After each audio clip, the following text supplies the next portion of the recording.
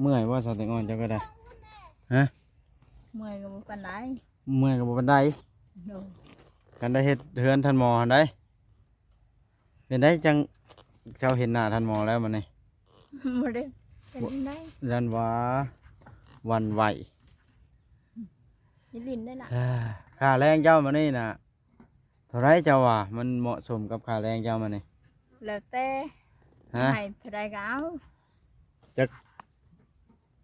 5,000กีบเนาะ แล้วแต่ เท่าไรซะเจ้าว่า ให้เท่าใดก็เอาเย็ดน้อย เออ ก็สิให้อยู่สาวแตงอ่อนน่ะพอได้ซื้อปลาทูกิน โดย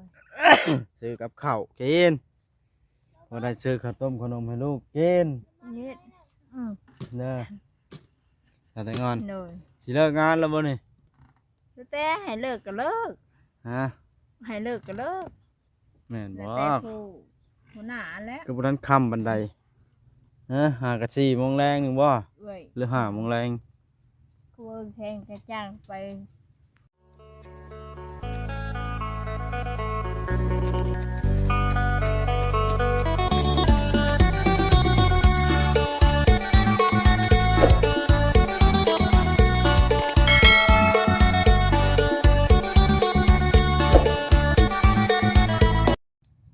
พี่น้องเอ้ยเบาดิเพิ่นก็ได้มาตั้งแต่ไปเวียกไปการเพิ่นเรียบร้อยแล้ว เวลาก็4-5โมงแรงเข้ามาแล้วพี่น้องเอ้ย มื้อหน้าเราเอาสบู่มานำ ต่อ อาบน้ำเพื่อนทันหมอแล้วจากมื้อ ยังหมดแล้วจะซ้อนกีดินขึ้นก็ได้ทางเจ้แตงอ่อนเพิ่นก็ใส่แต่เช้าพักแต่ตอนเวลากินต้มมี่เท่านั้นพี่น้องเอ้ยเช้ามันบ่แล้วได้เห็ดจังได๋ซะพี่น้องท่านไปจ่ายค่าแรงก่อนแล้วล่ะเมื่อปลาได้พี่น้องเอ้ยก็บ่เลิกงานจังจ่ายมานี่นางอ้อยเพิ่นก็มาลิ้นอยู่ ว่าบอสจะให้สาวแต่ว่าเราจริงบ่มื้อนี้ สบายดีลุง สบายดีคือว่าบ่ให้เรามื้อเราห่างกันตรงแท้มื้ออยากทดสอบ นี่ละวันกลางลงละโหถือว่าบ่ธรรมดาเนาะ ทดสอบก็เห็นผลนาลีมื้อนี้เนาะ อือ ว่าสาวแต่อ่อนเอาจริง ถือว่าบ่ธรรมดาเนาะพี่น้องเอ้ยสว่านก็มี2อันจกมีอันหนึงทั้งเฮาสิได้ไปเฮ็ดห้างไว้ขึ้นโครงหลังคามืออื่นพี่น้องเอ้ยไม้อิหยังก็ได้มาครบตามจำนวนเป็นที่เรียบร้อยแล้วโอ้ขาตั้งกล้องก็ฮักไม่ล้มทับเจ้านี่เบาดิเพิ่นจัดการลืมตอกอันนั้นเอาก็สิเลือกเอาตัวไม้นี่มันขี้ร้ายเฮาเตรียมมาไว้เฮ็ดห้างโดยเฉพาะพี่น้องเอ้ยเอาสิเสียบใส่อันของหินไว้มันตั้งกล้องมีเด้นี่สลาดลักแหลมขนาดเนาะอันเด้มาเสียบใส่กองหิน เราจะได้ตัดเครื่องแล้วตั้งใส่แต่ละเสา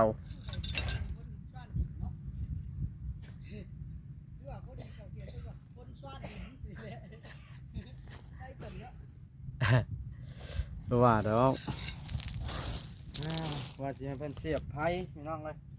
ทางเจ้าของเฮือนเพิ่นก็บ่อยู่มื้อนี้ก็เลยบ่ได้เสียบไผ่เฮาก็เลยเอามือตัดเอาปกติเครื่องตัดเฮาก็มีครบละไผ่เพิ่นบ่ได้เสียบมื้อนี้เครื่องมือตัดก็ถ้าเฮาตั้งขึ้นแบบนี้โลดผัดนั่นได้พี่น้องเอ้ยมันยาวแหงได้หนาเลยเฮ็ดแบบนี้เอาเลยให้ท่านหมอพูดแบบนี้ดีกว่า เนาะมาโอริ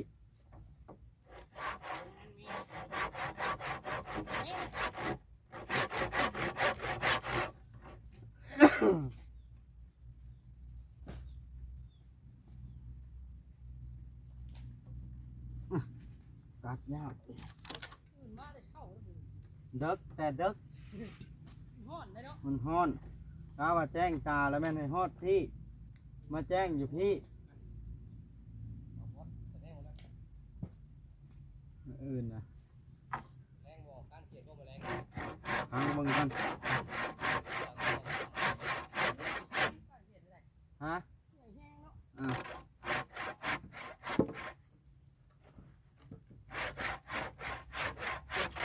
เดี๋ยวคิวให้แม่โหลดหาการดู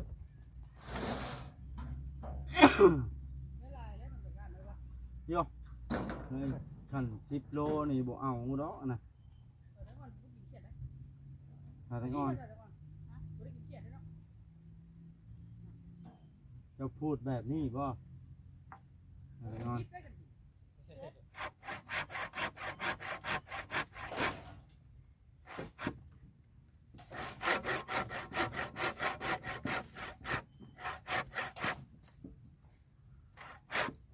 หาแต่ก่อนบ่พูดแบบนี้นะเพื่อออกบ่หาแต่ก่อนฮ้อนบ่บัดนี้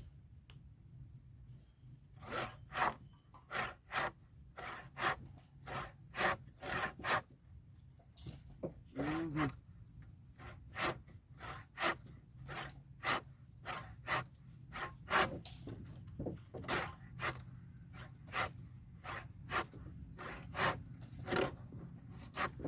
อืม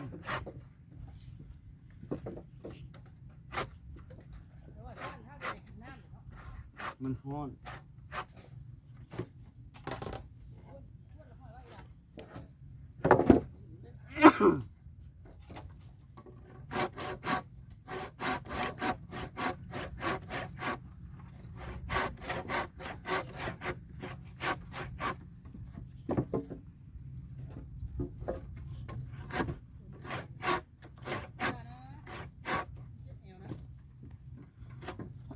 อืม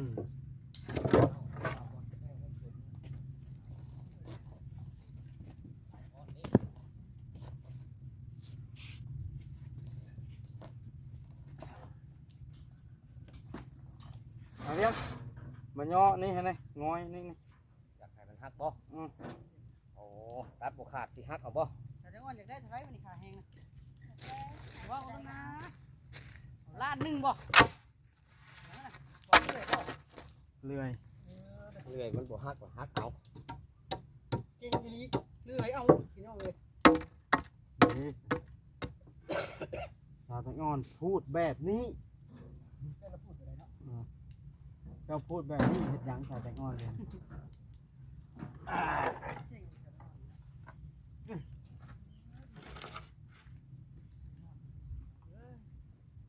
เด้จะเว้นอยู่บ่บ่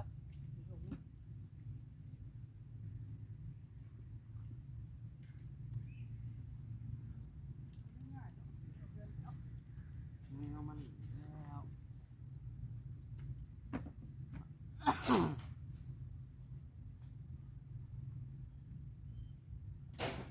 ลงหน้าไปเลย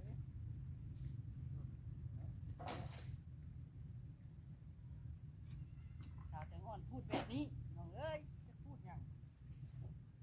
บ่เข้าใจอีกว่าเราพูดยัง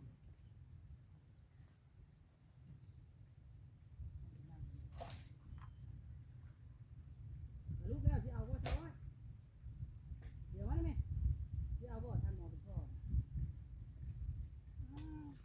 แป้งหูเจ้าย่านท่านหมอบ่ย่านนั่นสิ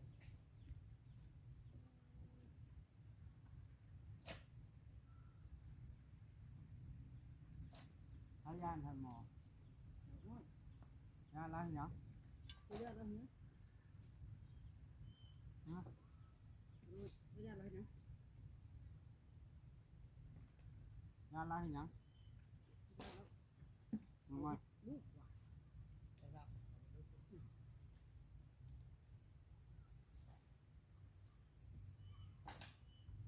อัปเดตการทำงานทุกขั้นตอนดีเนาะ อ๋อเพื่อบ่ให้พลาดนอนลง แน่นอนเลยครับ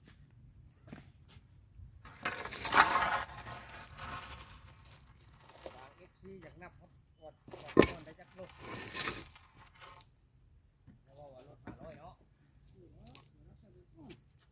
ก็จะดับใดมีคนเพื่อนชาวจ๊อกมันอีกคนนึง นั่นแหละทำเนี่ย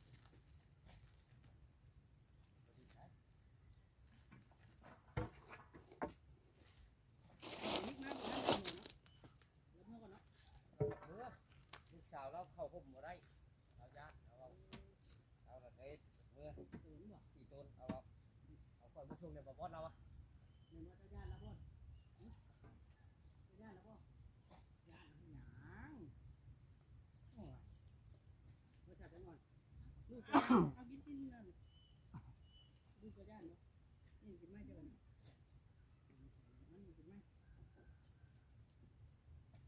ลูกจะย่านบ่แม่ผู้ย่านค่ะแม่ผู้ย่านทางน้อยหันมองแล้วก็ดูอยู่ไหน โอ้แน่นอนค่อยไว้นะย้อนแต่ว่า เดี๋ยวเงินไหลหาย ลุงบ่ใช่เด้ น้องอ้อยเสื้อเมืองนี่มัดแล้ว เพิ่นยิ้มใจกันอยู่ว่ามัน ยิ้ม บุญบ่โทษเอาหยอกบ้านบ่ได้ยิน แต่ทั้งงอนแล้วเราเฮ็ดเวียกเราบ่ยิ้มเราเมื่อย บ่ท่านหมอนอนตีว่าชาวแตงโมสวดหน่อยบ่เต็มสวด ทุกคนยืนซ้อนให้เรา บ่บอกอยู่แต่เราบ่มา เราหยอกแล้วเราก็ไปหยอกผู้สาวแล้วเฮ้ย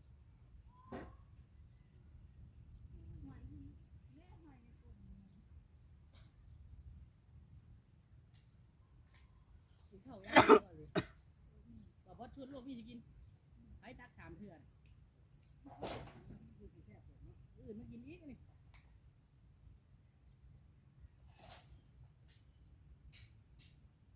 นี่ท่านมีเรื่องให้เราเห็นเนาะมาเบิ่งเลยเนาะ เดี๋ยวเราต้องกลายเป็นดินให้เขาเจาะ พ่อเรามาแล้วก็เนาะ เอิ้นบ่มีเวียกเฮ็ดดอกสาวทั้งงอนเราบ่ได้ก่อว่าหาเฮ็ดเป็นโครงหลังคาก่อนเด้ คงหลังคาบ่กล้าให้มาใกล้ได้ยันไม้ยันอย่างทุกใส่เนาะ เห็นไหมตกใส่ ที่เข้ามานํมัน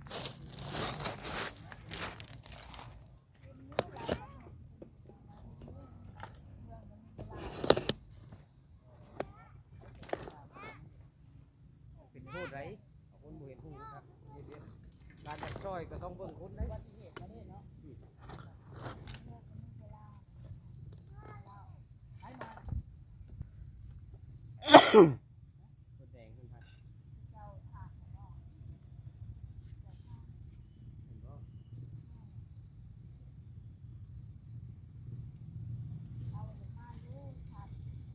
เจ้าขายท่านนะบ่ เห็นบ่สบายดีสบายดี ได้ยินข่าวเมียข่อยว่าผู้รับเหมาที่เดือนนี่ชื่อทาน แมนแมน ฮะ ตะค่อยนี่แล้วว่าสิแก้มือเลยมาแรง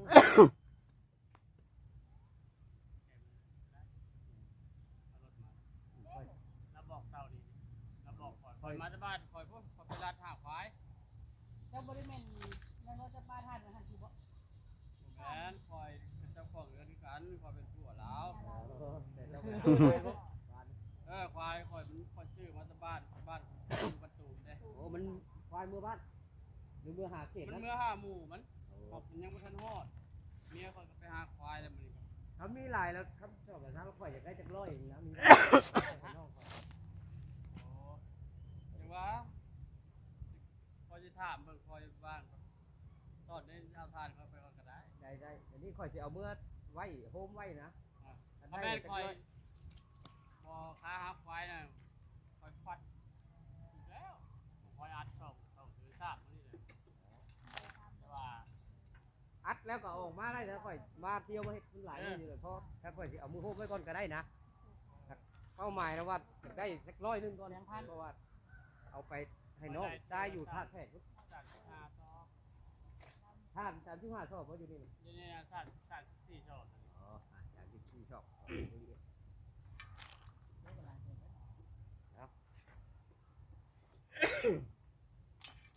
600,000ก็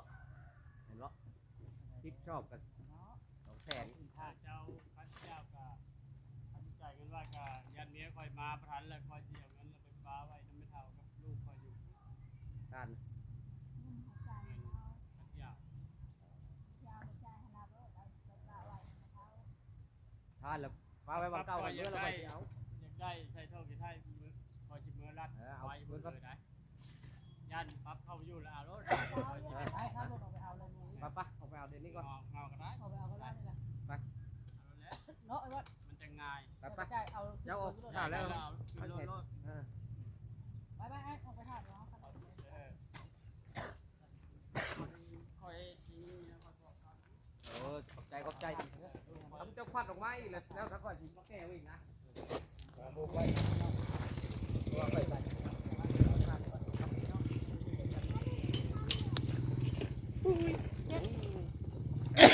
โอ้ยเดี๋ยวบาด ล่มบ่ทำน้องอ้อยบ่ได้นี่ น้องอ้อย ลูกก็ญาติทันหมอป่ะญาติทันหมอจะได้บาทนี่ญาติเราย่างย่างยังล่ะ แล้วฮอดใดน้ำใส่บาดนี่พี่น้องในน้ำใส่แล้วก็มันก็สิแน่นเพราะว่าแนวมันว่าง่ายๆซะ ญาติพ่อบาทพี่น้องเอ้ยโอ้ย 34,608,000เนาะได้ปะ แต่ว่าเราจะเล่นก่อนนะไป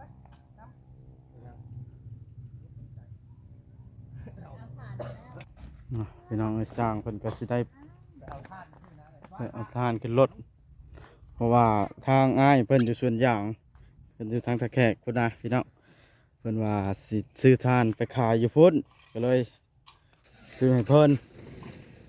บอกเด้เนาะเจ้าหาซ่านวางดินมุ่นใส่รถแล้วก็ยู่แล้วสัตว์งอนเริ่มเต็มเบิดแล้วเด้นี่พี่น้องยังทั้งนั้นล่ะเต็มแต่ตัวนี้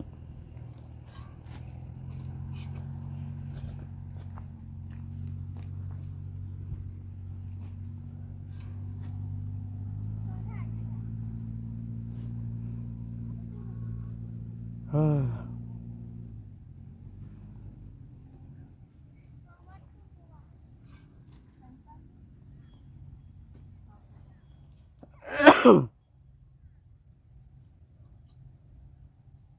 ฮ้อนแดดอ้อยเอ้ยเมื่อย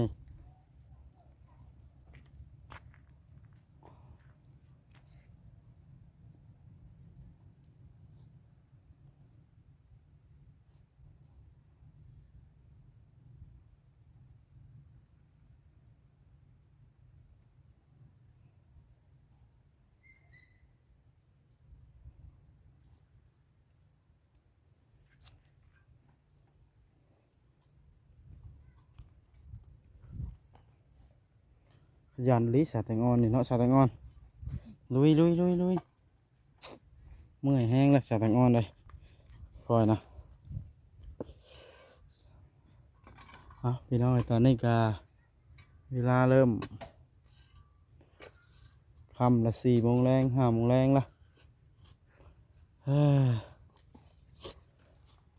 เอากระเตรียมกะเกียมเห็ดห่างไว้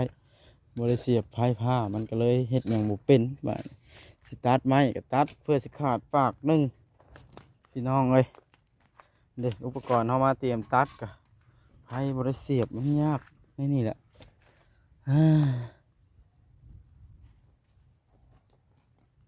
เมื่อยขนาดยุ่งบ่ได้มันจิตความนะน้องอ้อยฮะไปสิได้ไปเฮ็ดเพียงเอาท่านขึ้นดิเชื่อไปบ่ไปเขาเมื่อยซ่านดินฮ้อน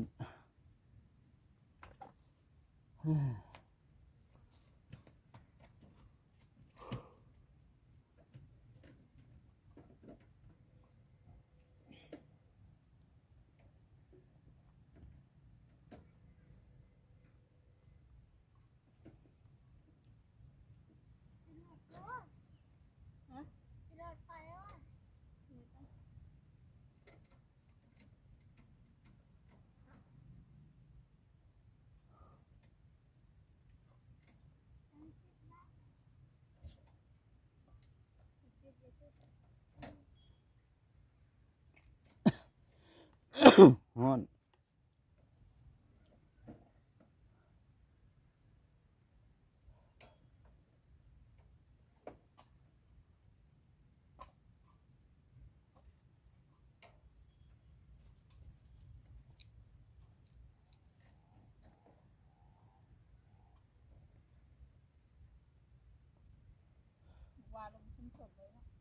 บ่เห็นมาเลยบ่ทวารเริ่มเมื่อยพี่น้องเอ้ยวัดหน้าดำแห้งกว่ามือนี่บุคิดว่าตัวเองสิขี้ร้ายได้ปานนี้โอ้ยสามเพื่อนแล้วนี่ลุงสร้างใหญ่เพื่อสิได้มัดป้อหนวดเดี๋ยวเพิ่นว่าเฮาบ่มีเวลาตัดผมอนามัยพี่น้องเอ้ยเอ้าพี่น้องเอ้ยคลิปนี้ก็ได้เดี๋ยวจบคลิปลงหาเพิ่นมาแต่เอาทานซะก่อน